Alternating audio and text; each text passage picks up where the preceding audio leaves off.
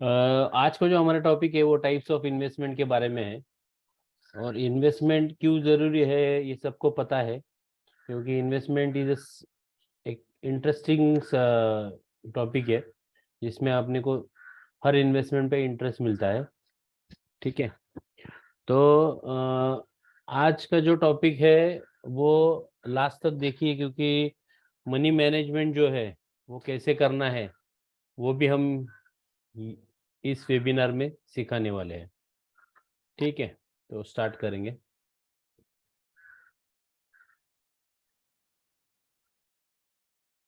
एक अपडेट है, every Friday यानी हर शुक्रवार को 4:30 टू 5:15 को के बीच में अपने अलग अलग टॉपिक्स पे वेबिनार होते हैं जो 30 to 35 मिनट्स के सेशन रहते हैं। वो उसका लिंक आपको मंडे को मिल जाता है। और इन केस कोई अपना आपका फ्रेंड फैमिली मेम्बर कोई भी रहेगा उसको भी आप ये लिंक है वो भेज के ये सेमिनार या ये टॉप हर वेबिनार जो है वो अटेंड कर सकते हैं। ठीक है,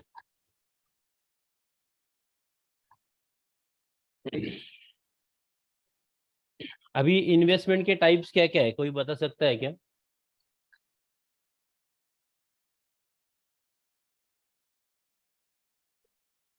हेलो, हाँ, साईराम सर, रोहित सर।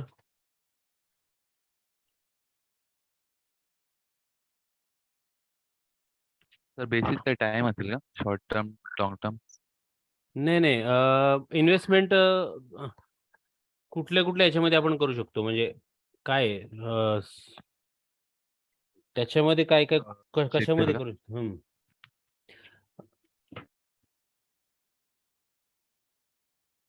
अभी का जो जो टॉपिक है वो शेयर के बारे में है।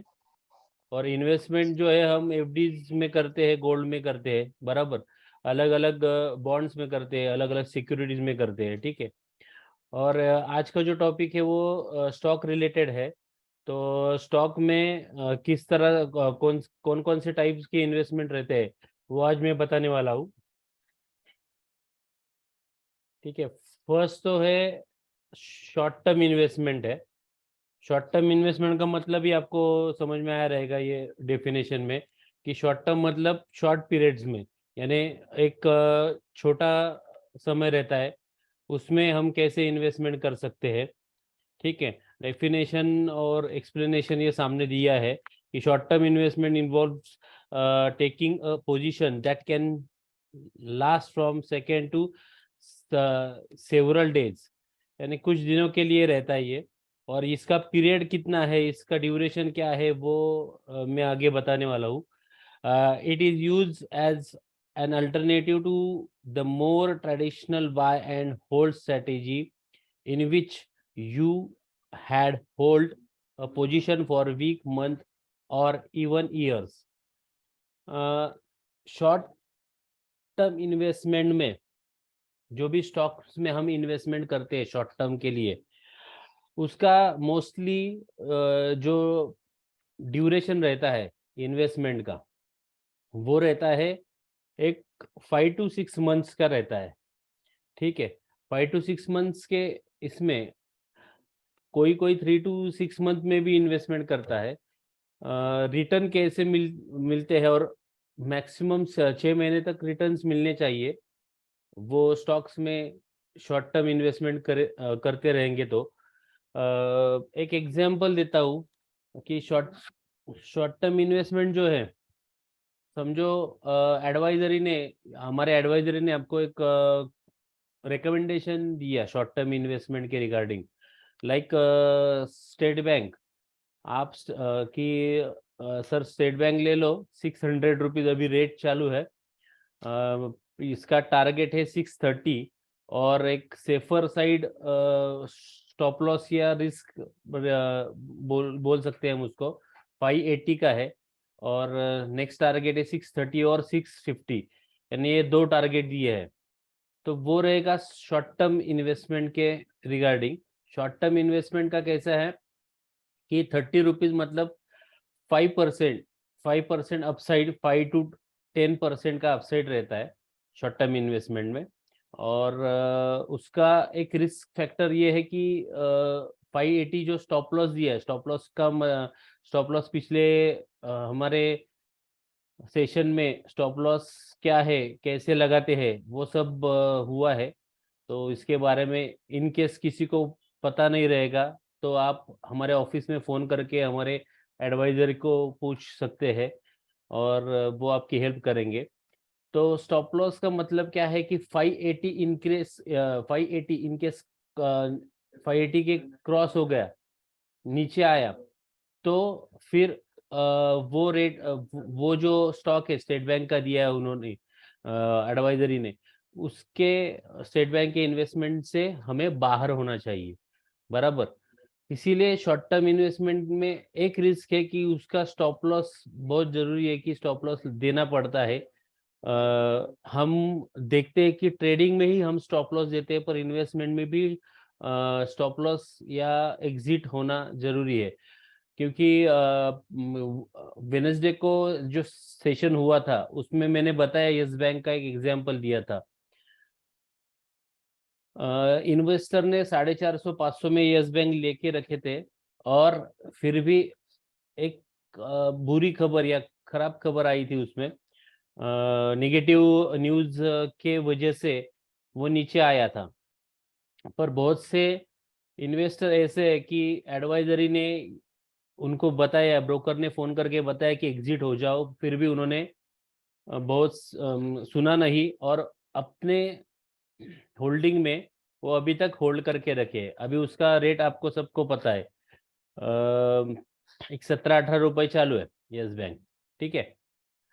तो शॉर्ट टर्म में कंपलसरी स्टॉप लॉस भी देना जरूरी है। दूसरा, ये पिक्चर में दिखा है, आपको दिखा रहेगा, ये देखो नीचे मिड टर्म जो है, मिड टर्म का भी टाइम फ्रेम दिया है और लॉन्ग टर्म का भी दिया है। वे शॉर्ट टर्म इन्वेस्टमेंट तो आपको पता चल गया है कि शॉर्ट पीरियड में या शॉर्ट टाइम फ्रेम में हम ले सकते हैं, उसको शॉर्ट टर्म इन्वेस्टमेंट बोलते हैं, ठीक है। किसी को इसमें कुछ क्वेश्चन करना है शॉर्ट टर्म में? सिंपल टॉपिक है, नाम से ही पता चलता है इन्वेस्टमेंट कितने पीरियड का रहना चाहिए और क्या रहना चाहिए, ठीक है। नेक्स्ट है mid term investment. Mid term investment maximum आपने ये सामने देखो, ये पूरा डेफिनेशन दिया है, 1 से 3 साल तक उसको होल्ड करना जरूरी है। मिड टर्म में कुछ लोग अलग अलग कंसेप्ट बनाते हैं कि मिड टर्म मतलब 10 टू यानी 10 महीने से 15 महीने तक का जो एक ड्यूरेशन है उसमें होल्ड करते हैं।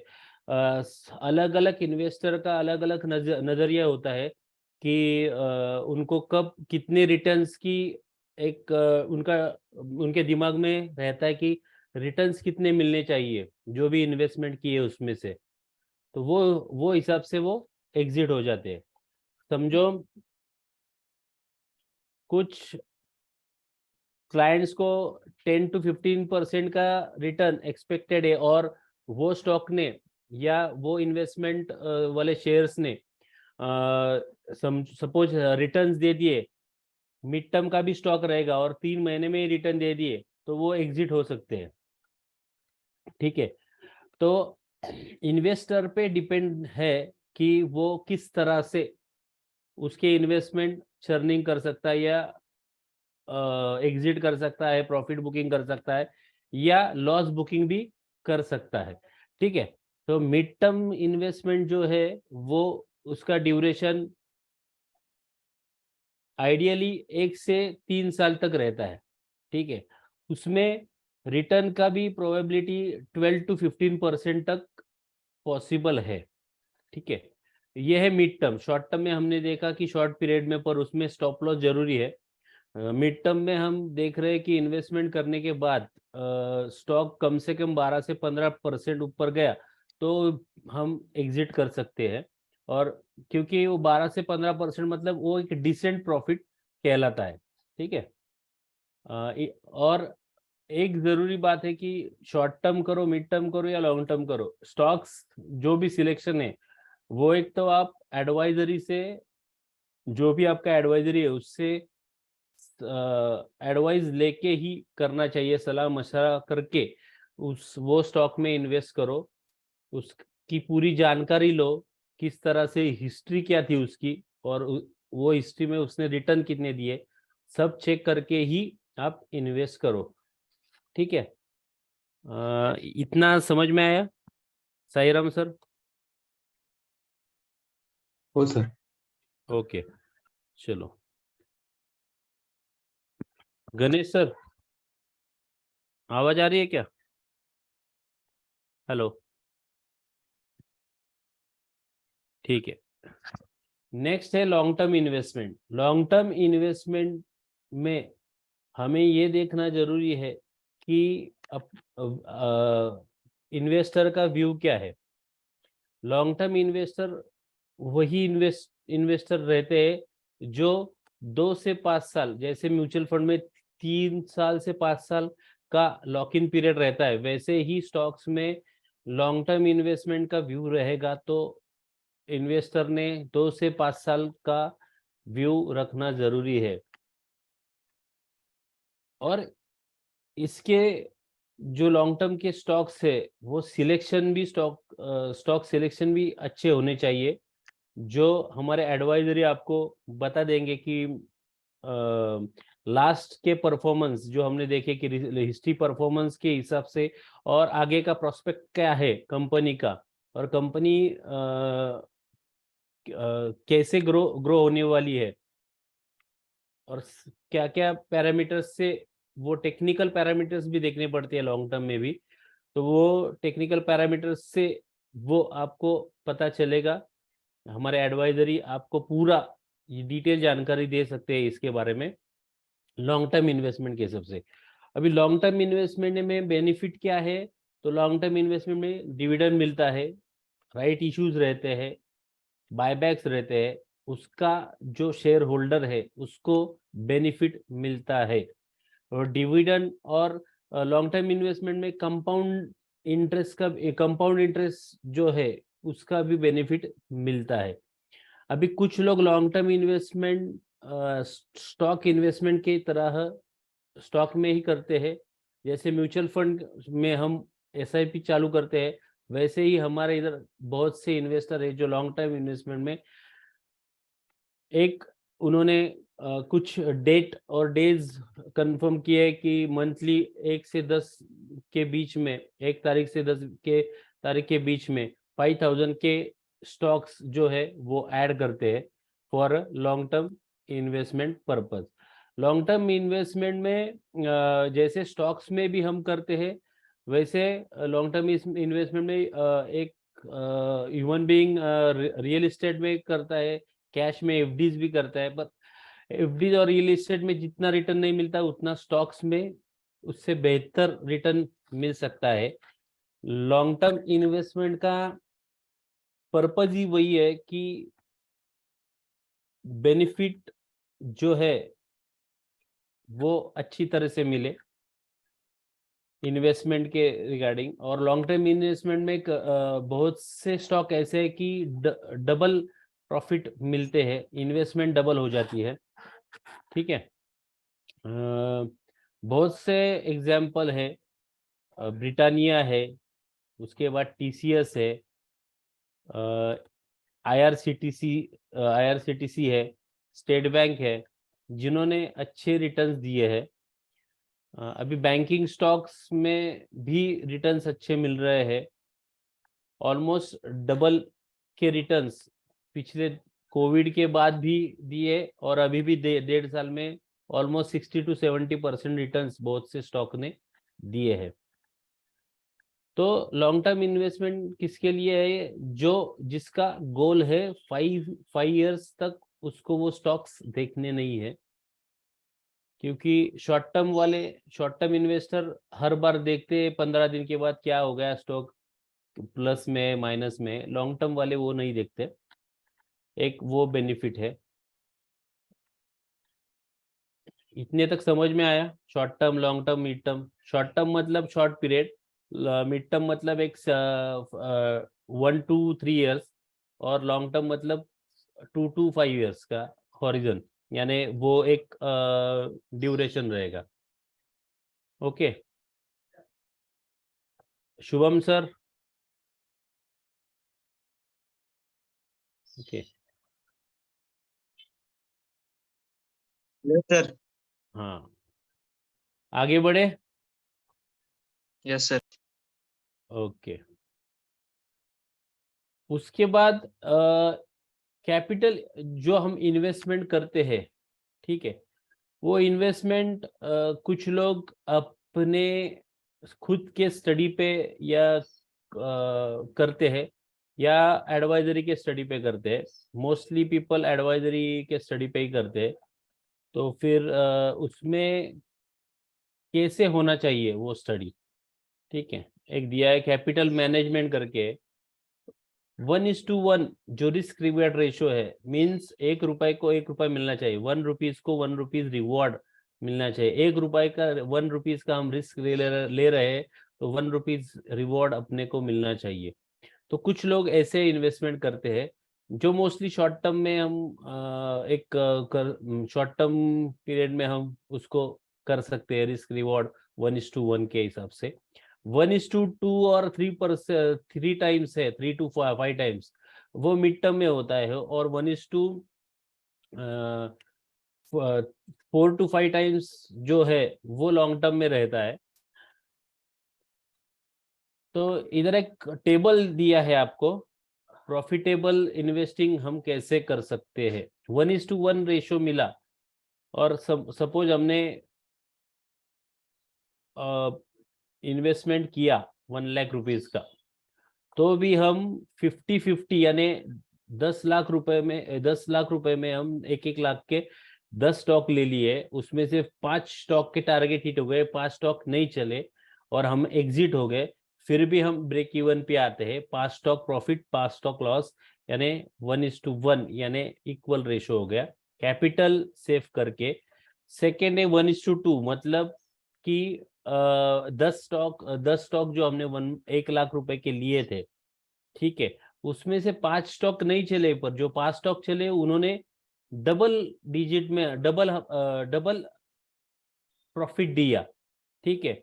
मतलब 5 लाख के उन्होंने समझो 5 लाख के स्टॉक नहीं चले, 5 लाख के हमने 10 स्टॉक लिए थे, 5 लाख के जो 5 स्टॉक नहीं चले या उसमें हम एग्जिट हुए।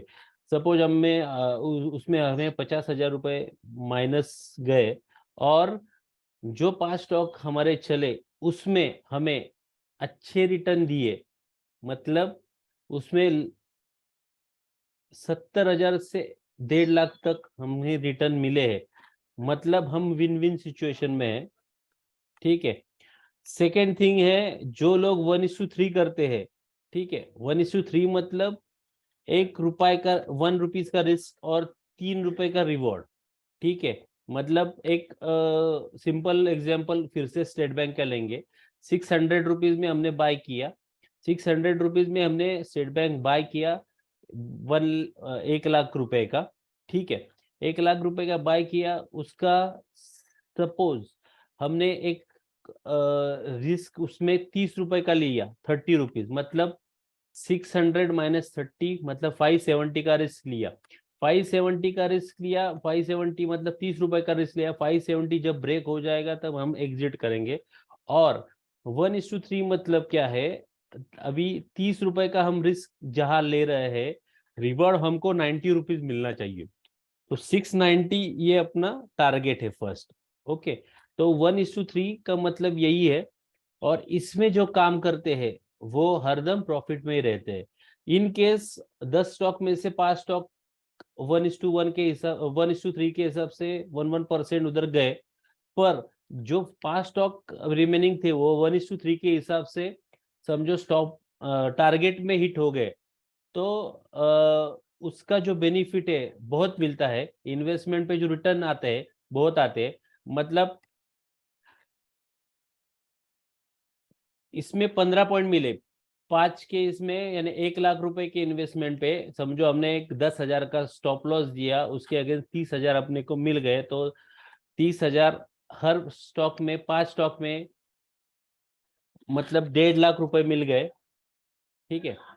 और जो है इसमें जो 5 स्टॉक रिमेनिंग थे, जो पहले 5 स्टॉक थे, उसमें रिस्क जो हमने लिया था 1% का, 1:3 1, तो उसके हिसाब से उसमें 50,000 का माइनस हो गया।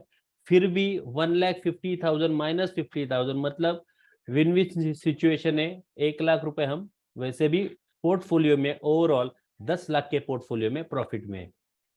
ये टेबल ये 1:5 का सेम है। 1:5 में तो सभी विन विन सिचुएशन है, क्योंकि एक 1 रुपीज का रिस्क लेके 5 रुपए प्रॉफिट मिल रहा है, तो बहुत अच्छा है। ये टेबल समझ में आया है क्या? हेलो,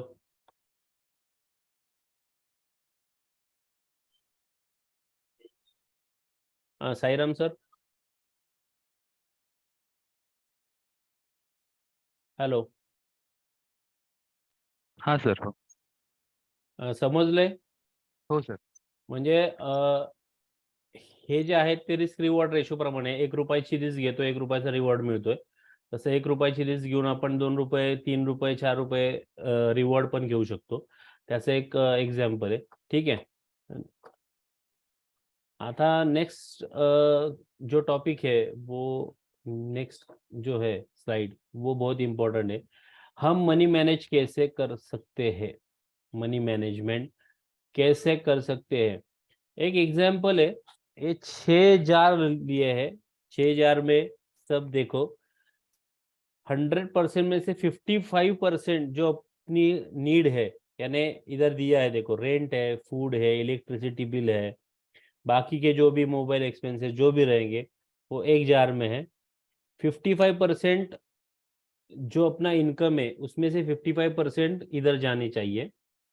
नेक्स्ट जो 10% है वो जो भी परचेस करना है, वेकेशन एंजॉय करना है, उसके लिए रखने हैं। थर्ड है 10%, उसमें से 10% जो है वो एक्सपेंसेस जो है उसके लिए रखना चाहिए, फैमिलीज के लिए। ओके। दूसरा है जो 10% है वो एजुकेशन, नया कोर्स करना है, नया कुछ सीखना है, या कोई भी बुक्स लेने हैं, तो उसके लिए 10% जो इन्वेस्टमेंट है वो रखनी चाहिए। ये पांचवा जो 10% दिया है वो है इन्वेस्टमेंट, म्यूचुअल फंड, LIC जो भी रहेगा उसमें इन्वेस्टमेंट होनी चाहिए। और आखिरी का 5% है वो चैरिटी करनी चाहिए। चैरिटी तो जरूरी है क्योंकि सबको दुआ की जरूरत है, तो इसके लिए चैरिटी करना जरूरी है। वो 5% हम चैरिटी इससे कर सकते हैं। ये तो पुराने रूल हो गए। 6,000 का जो है ये पुराने मनी मैनेजमेंट रूल हो गए। नए मनी मैनेजमेंट रूल के हिसाब से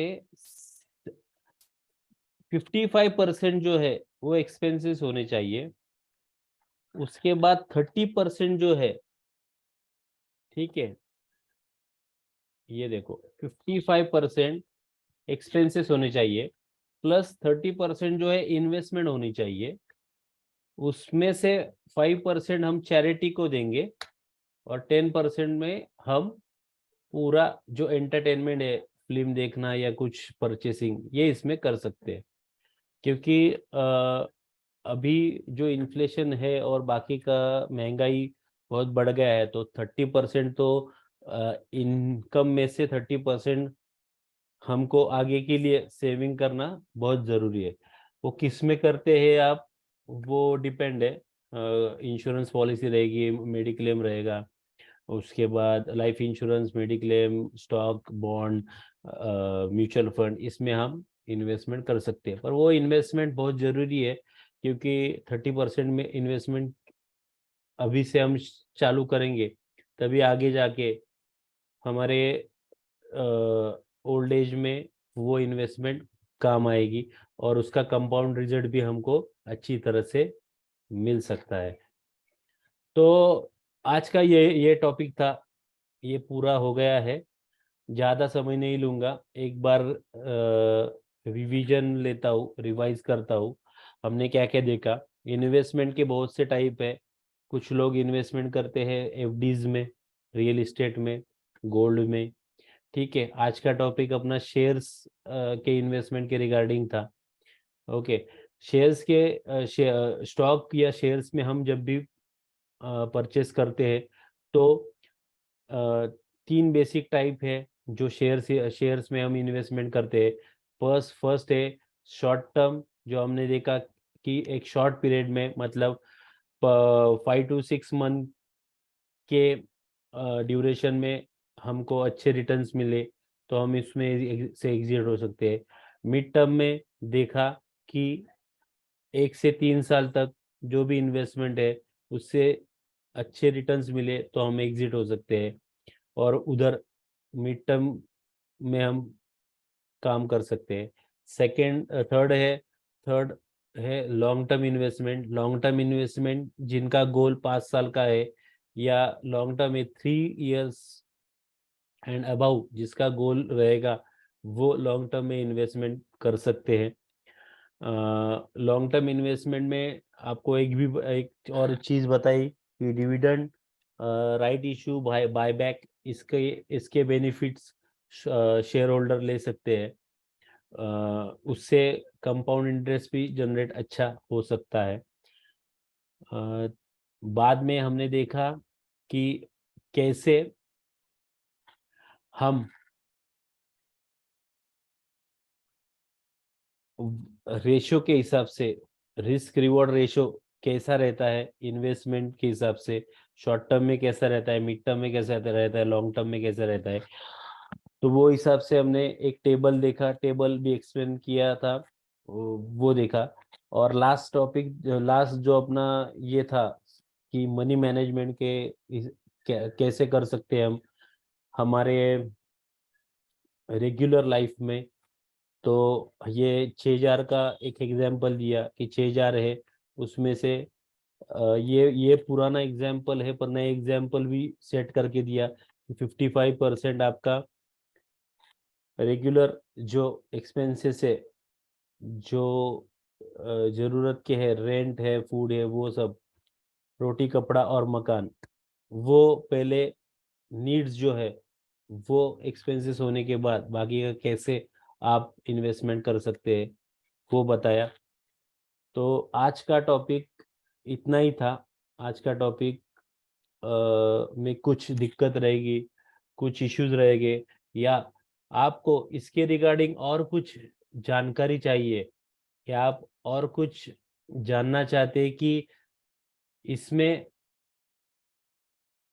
आपकी इन्वेस्टमेंट कहाँ होनी चाहिए, उसके लिए नेक्स्ट स्लाइड है जो है हमारे फोन नंबर्स।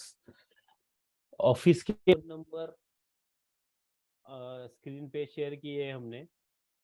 आप हमारी वेबसाइट पे भी जा सकते हैं, टेलीग्राम का चैनल जो है हमारा स्वस्तिक इन्वेस्टमेंट, वो भी ज्वाइन कर सकते हैं। सो साईराम सर, विशाल सर, कैसा लगा आज का टॉपिक? गणेश सर आज कुछ बोल नहीं रहे। हेलो, आवाज आ रही है क्या? हो सर येते. Okay okay. कसा वाटला सर? काय असेल तर कधी फोन करा या नंबर्सवर. आमचे ॲडवायझरी तुम्हाला योग्य पद्धतीने मार्गदर्शन करतील. ठीक आहे.